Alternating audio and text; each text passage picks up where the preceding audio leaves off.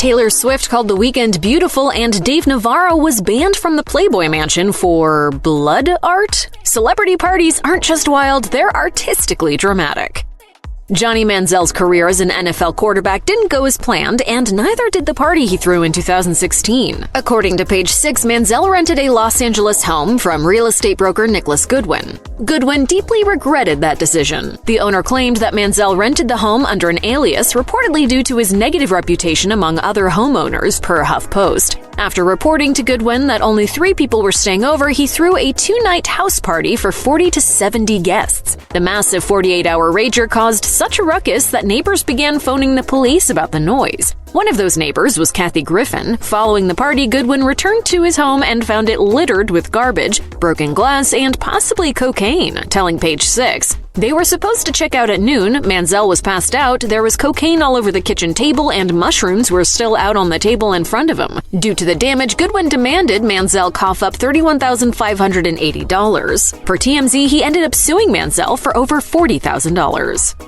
In the music industry, Taylor Swift and Ed Sheeran don't have reputations as wild partygoers, so it was surprising in 2015 when the besties said cops showed up at a party they were at. After greeting fans in London, the pop stars told BBC Radio 1 their story of a wild night at Mark Ronson's Grammy Awards after-party. Ronson's event reportedly took place in his hotel room, and his guest list might have been too loud. It wasn't long before the police came knocking on the door. That made us feel so cool. We had to hide in a bathroom. I grabbed Ed and I was like, cops are here. Come with me. After avoiding being spotted by the police, Sheeran and Swift dropped by Sam Smith's hangout and had a weird encounter with The Weeknd, revealing, "I woke up with an email from The Weeknd and he was like, you told me how beautiful I was for like 15 minutes straight and started to pet my hair."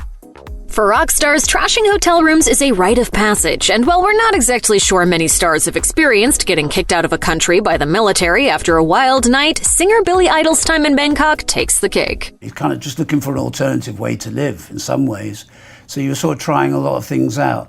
In 1989, the rock star took a trip to Thailand that didn't involve much sightseeing. He allegedly went on a 3-week bender that involved drugs and sex while staying at various hotels, telling Louder Sound, "We went there to have a whale of a time, a sex holiday really, but it got out of hand. Bad things started to happen." Though he said he didn't intend to use drugs, the singer described later taking heroin, tranquilizers, and Valiums. It wasn't long before that mixture of the heavy drugs caused him to have violent outbursts and smash things around him and wreak havoc in hotel rooms. He revealed, "I think we went through a few hotels like that before the Thai army escorted me out of the country on a gurney." Upon the rock star's removal from the country, the hotels he stayed at demanded he pay for the damages done to their suites. According to the Chicago Tribune, Idol was forced to pay a total of $20,000 in damages for the mess he made, which included a smashed television, broken windows, and destroyed furniture.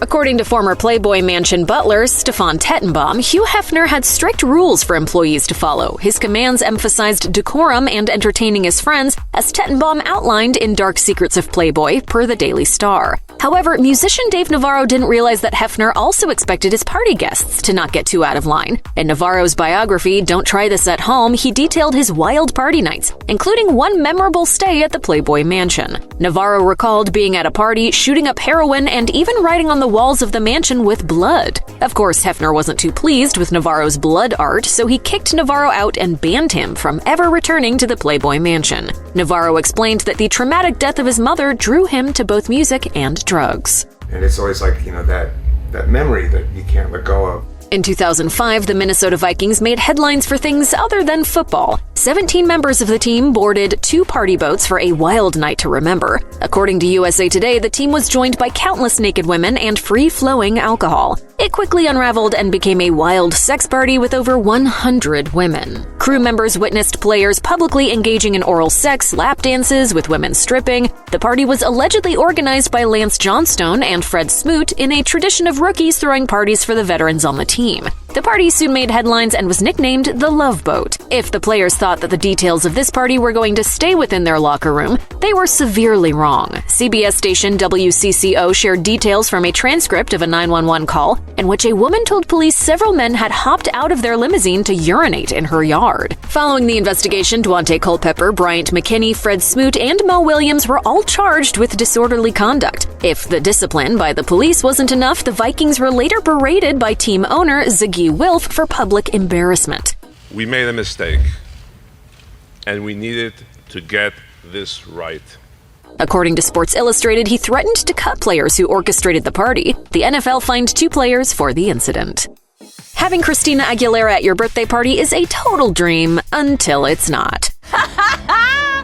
I have a love memory. I don't know. In 2011, actor Jeremy Renner hosted a massive house party for his 40th birthday that included Aguilera, Scarlett Johansson, Colin Farrell, and Leonardo DiCaprio. According to Us Weekly, as the party was unfolding, Renner found his famous guest where she wasn't supposed to be, in his bed. The birthday boy was so annoyed by her weird trespassing, he reportedly ranted about it at a Golden Globe party. According to Us Weekly, the actor dished on some details, saying, "Someone comes and tells me she's in my room. I run up and open the door and I'm like, hi, what are you doing?" She just starts slurring. Her boyfriend, Matthew Rutler, was rubbing her back. Who comes to someone's birthday party that they don't know and gets in their bed? My parents were there. Other sources at the party told the outlet they witnessed Aguilera's drunken behavior. Renner's reps later attempted damage control by telling HuffPost that Aguilera was having a good time at the party, but she stayed out of Renner's bed. In 2015, Aguilera's behavior at Seth MacFarlane's Christmas party made headlines. According to a Page Six source, the star was so drunk she nearly fell into a Christmas tree. Justin Bieber's partying ways are infamous. Gonna say anything? Yeah, I just have never interviewed a 7-year-old before, so. In 2014, TMZ reported on his behavior in Atlanta, specifically mentioning studio sessions where the singer was hardly ever sober. In October of that year, while partying at his Beverly Hills home, the crowd and the sound became too much for his neighbors to bear. Many phoned the police with noise complaints. TMZ reported that police first arrived at Bieber's residence after 11 p.m. After noting that the sound levels were fine, they left. About 12:40 a.m., officers again arrived at his house and directly spoke with the sorry singer this time. The police warned him that if he didn't control the noise levels of his party, his neighbors could conduct a citizen's arrest, so he reportedly pledged to send his 30 or 40 guests home. Bieber seems to be in a different place now. He's settled down, married, and recommitted to his faith. However, one after-party made headlines years after his troublesome phase. In February 2022, following Bieber's gathering in a Los Angeles restaurant, TMZ reported that rapper Kodak Black and 3 other people were shot. All victims reportedly sustained treatable injuries. Black was released from the hospital and was seen using a walker. NBA champion Dennis Rodman loves to party so much, even Michael Jordan had to hunt him down and drag him to practice. Rodman's dedication to having fun and his over-the-top personality have made him endearing to many in the world. However, if you're his neighbor, you might not love his rowdy ways. In 2001, while the basketball player was celebrating his 40th birthday, his Newport Beach neighbors desperately wanted him to call it a night. The Los Angeles Times reported that his birthday festivities included a dramatic entrance with a helicopter illegally landing on the beach and a rock concert. This wasn't the first Rodman party that neighbors weren't too keen on. The outlet noted that over time he'd received over 70 visits from the police and was fined over $3,000 as neighbors complained endlessly about the volume of his excessive parties. The loud rock concert in 2001 drew over 50 complaints and a visit by the police. Around 30 officers showed up in riot gear to shut the party down. Despite Rodman arguing with the police, he eventually moved his birthday bash to his nearby restaurant. Rodman is aware of the troubles his past parties have caused. During an appearance on Kevin Hart's Cold as Balls series, the baller recounted how many times he's been arrested, saying, I said over 100. Over 100 goddamn times? Yeah. In jail.